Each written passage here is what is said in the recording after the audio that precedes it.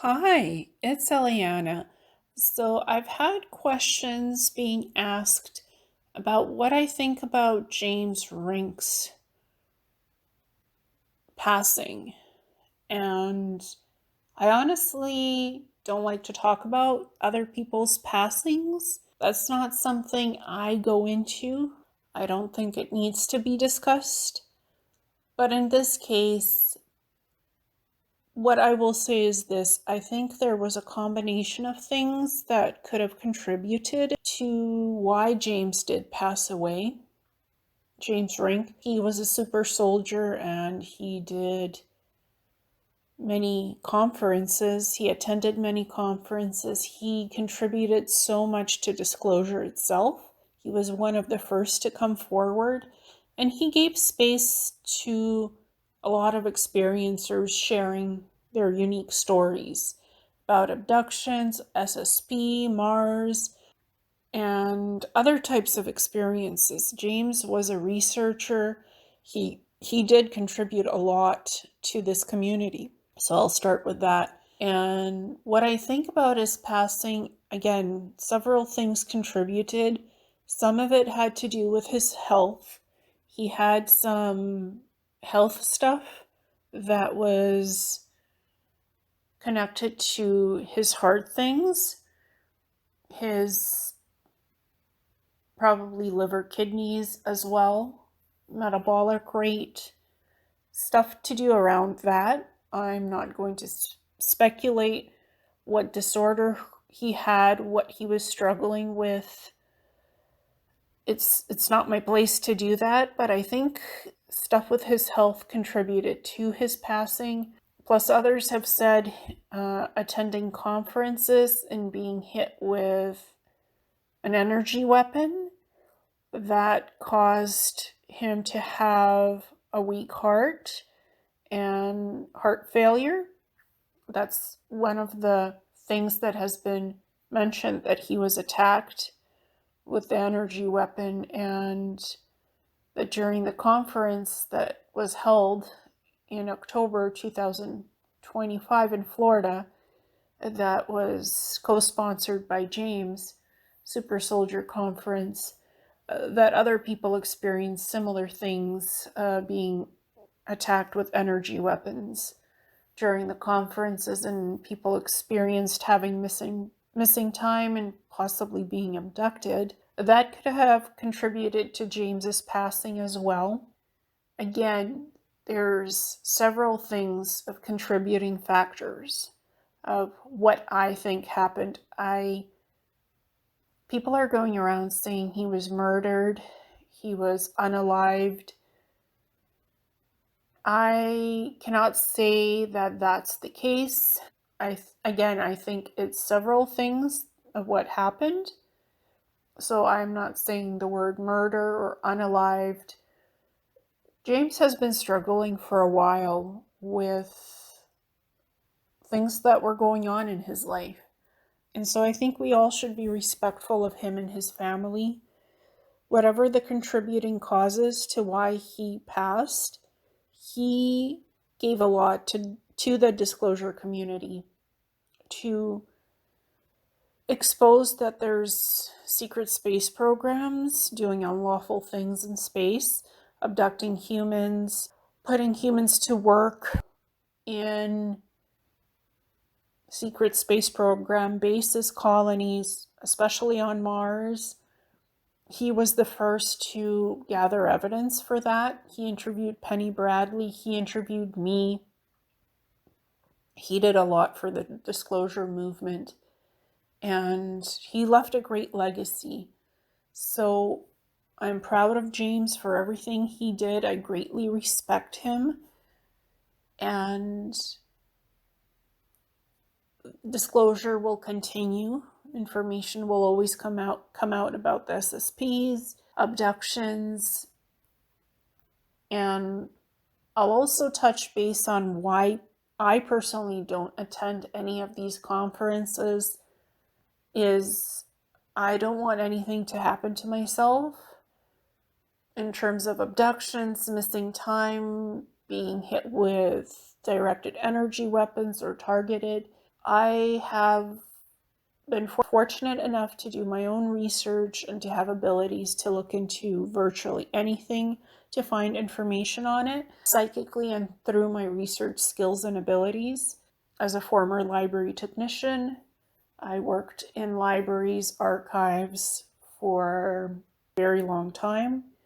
So I have the ability to find what I need in terms of information, do remote viewing, research, Akashic Records readings, psychic readings, to find out what I need from the universe, from different sources of benevolent beings, or just from the environment itself to find data and research. There's so much information out there. If you use your abilities and tap into it, you'll always find what you need. The universe provides. So I don't feel like I need to attend these conferences. I have no desire or interest to do so at this time or in the past previously.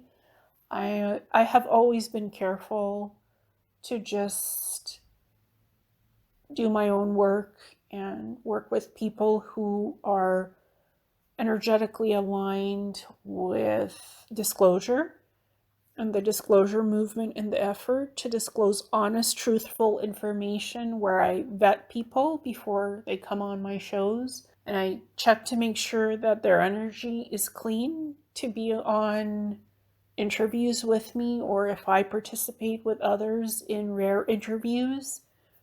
So for me, it's important to have a clean, honest environment that is safe for people to share their knowledge, experiences, and stories, to be able to do good disclosure. Those are some of my criterias and protocols that I follow to this day in this work. And I feel safe this way. This is what I feel comfortable with doing. And this is how I do it. So it's not that I don't like conferences. It's not that I don't believe in them. I think conferences could be great ways for people to learn things if you go to the right type of a conference that is put on by good people who are honestly opening up disclosure and holding safe space for conferences, not the big mega conferences that are just out to make money, sell books, and promote things for the sake of, exposure and publicity and fame. Those types of conferences usually are looking to make a lot of money, and they have a lot of speakers and a lot of people who come to these conferences. They pack the whole house with hundreds and sometimes thousands of people. So those are the bigger ones that are, they are mainstream. They are big conferences. There's more private conferences that are smaller, like Miles Johnson Bases conference that's taking place in the UK right now. I think that's a great conference as a baseline to start with.